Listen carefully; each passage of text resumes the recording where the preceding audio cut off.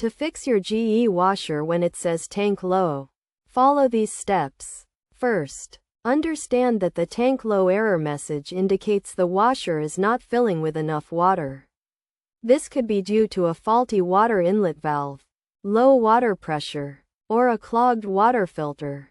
Start by checking the water supply lines to ensure they are not kinked or blocked.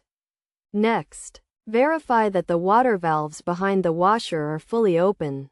It is essential to check the water pressure in your home to ensure it meets the washer's requirements, which is typically between 10 and 120 pounds per square inch.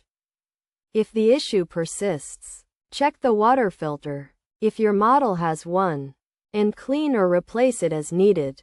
A clogged filter can restrict water flow, leading to the tank low error. Additionally, inspect the inlet valve screens for debris or mineral buildup and clean them if necessary.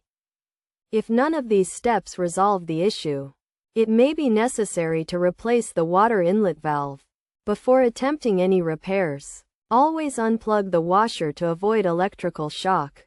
If you are not comfortable with DIY repairs or if the problem persists after trying these steps, it is recommended to consult a professional appliance technician.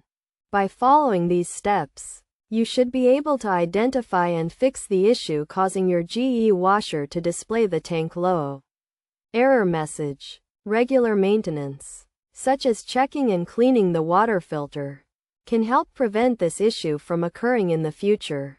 Always refer to your washer's user manual for specific instructions and guidelines for your particular model.